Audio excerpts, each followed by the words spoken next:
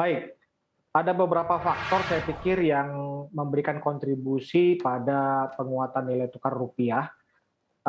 Dari global memang kita melihat tekanan inflasi yang mulai mereda setelah mencapai puncaknya pada kuartal 3 dan kuartal keempat 2022, sekarang sudah mulai melandai kalau kita melihat dari indikator di pasar komoditas, terutama komoditas energi, di mana harga minyak mentah dunia bergerak turun dari level $100 tahun lalu, sekarang bergerak di kisaran 80 US dollar.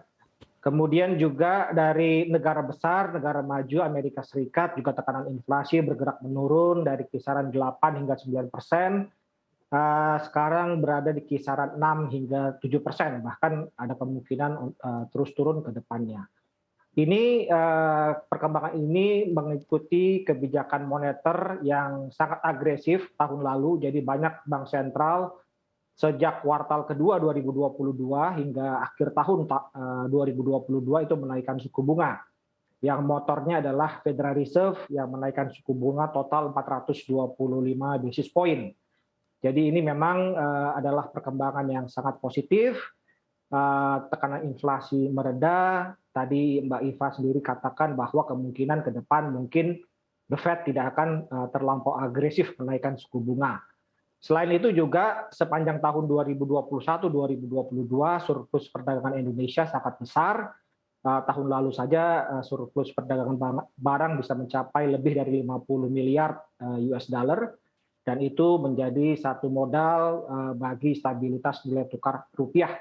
Dan juga seiring dengan ekspektasi melambatnya kenaikan suku bunga The Fed, kita melihat sejak Oktober 2022 hingga sekarang dolar itu US dollar cenderung melemah terhadap mata uang global, termasuk terhadap rupiah, dan ini juga menjadi faktor penopang nilai tukar rupiah turun dari 15.700 tahun lalu, hari ini sudah di bawah 15.200.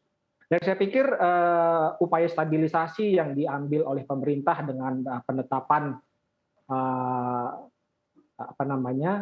penempatan devisa hasil ekspor ke dalam negeri ini juga berperan atau memiliki faktor dalam memperkuat nilai tukar rupiah. Oke, baik. Tapi seberapa besar perannya tadi ya terkait dengan revisi aturan DHE ini sendiri nanti bisa berdampak kepada nilai tukar rupiah kita pada penguatan rupiah kita yang signifikan tentunya. Karena kalau kita lihat juga begitu tadi Anda sempat menyebutkan bahwa neraca dagang kita diharapkan bisa bisa memperkuat posisi rupiah kita. Tapi rupanya neraca dagang kita yang terus surplus ini tidak diikuti dengan cadangan devisa yang sesuai dengan ekspektasi begitu. Nah, kemudian maka dari itu ya muncul tadi terkait dengan revisi aturan DHE terkait dengan PP nomor 1 tahun 2019. Nah, Anda melihatnya untuk urgensi revisi PP tersebut terkait dengan DHE, devisa hasil ekspor khususnya untuk sumber daya alam ini sendiri seperti apa?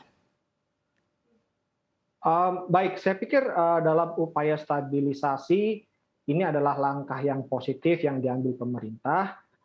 Kemudian ke depannya juga saya pikir kita perlu sama-sama untuk memperkuat sektor manufaktur di dalam negeri yang saat ini kontribusi di dalam GDP itu baru sekitar 19 hingga 20%.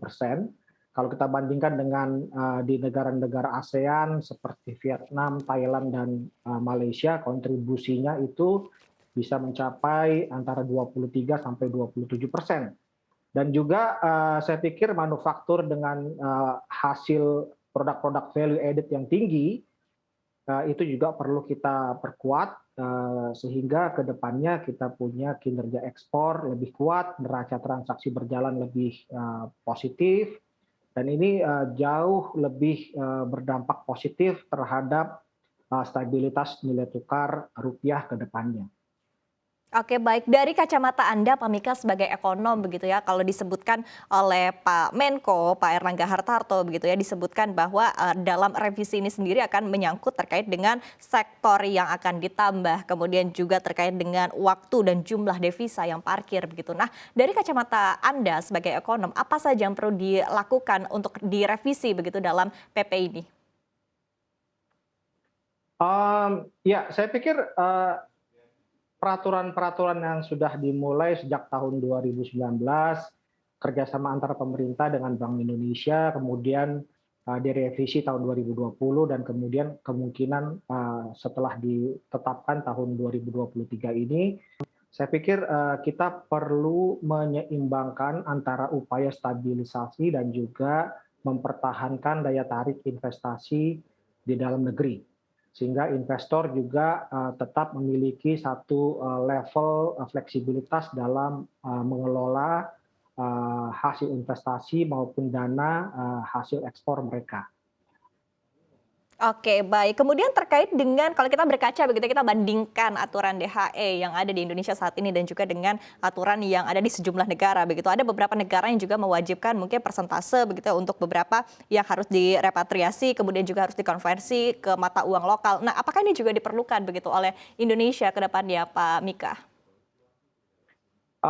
Ya, saya pikir Indonesia selama ini terbilang lebih fleksibel ya, lebih fleksibel bahkan lebih bebas dalam pengelolaan devisa hasil ekspor dibandingkan negara-negara tetangga dan negara-negara eksportir lain.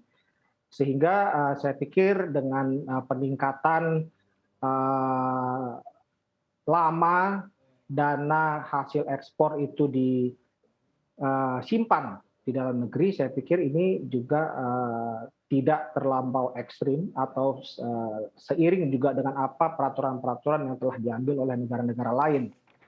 Dan saya pikir ini akan membantu efektivitas upaya stabilisasi nilai tukar rupiah ke depannya.